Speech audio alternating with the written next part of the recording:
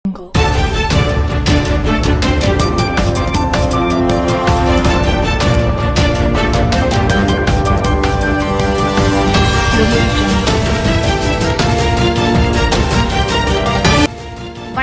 Kingdom network செய்திகள் வாசிப்பது M Priya. நாள் 25/6/2026. தமிழ்நாட்டில் அடுத்த 3 நாட்களுக்கு மிதமான மழைக்கு வாய்ப்புள்ளதாக வானிலை ஆய்வு மையம் தெரிவித்துள்ளது. மின்சார வாரியத்தின் நிதி மற்றும் செலவினங்கள் குறித்த வெள்ளை அறிவிக்கையை அமைச்சர் நிர்மல்குமார் வெளியிட உள்ளார். ராணுவ வீரர் மறைந்த மேஜர் முகுந்த் வரதராஜனுக்கு மரியாதை செலுத்தும் வகையில் ஒரு சாலைக்கு மேஜர் முகுந்த் வரதராஜன் சாலை என பெயரிட்டு முதல்வர் விஜய் அறிவித்துள்ளார். மேலும் தாவேக அரசு துல்லிய திட்டமிடலுடன் புதிய கனவு திட்டங்களை செயல்படுத்தி வருகிறது. தமிழகத்தில் சட்ட ஒழுங்கு மற்றும் நிர்வாக வசதிகளுக்காக 15 IPS அதிகாரிகள் அதிரடியாக இடமாற்றம் செய்யப்பட்டுள்ளனர்.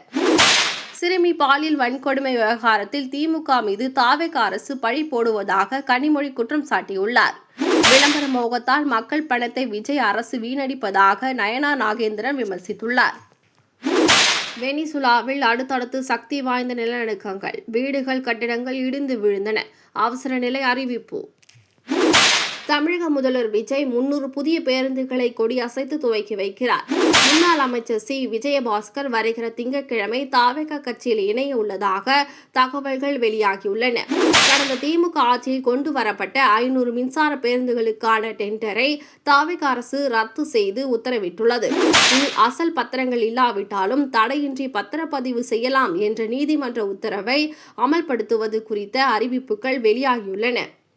தமிழக சட்டப்பேரவையில் மு.க. ஸ்டாலினை ஏளனம் செய்து முதல்வர் விஜய் பேசியதற்கு CPM மற்றும் VCK உள்ளிட்ட கூட்டணி கட்சிகள் எதிர்ப்பு தெரிவித்துள்ளன.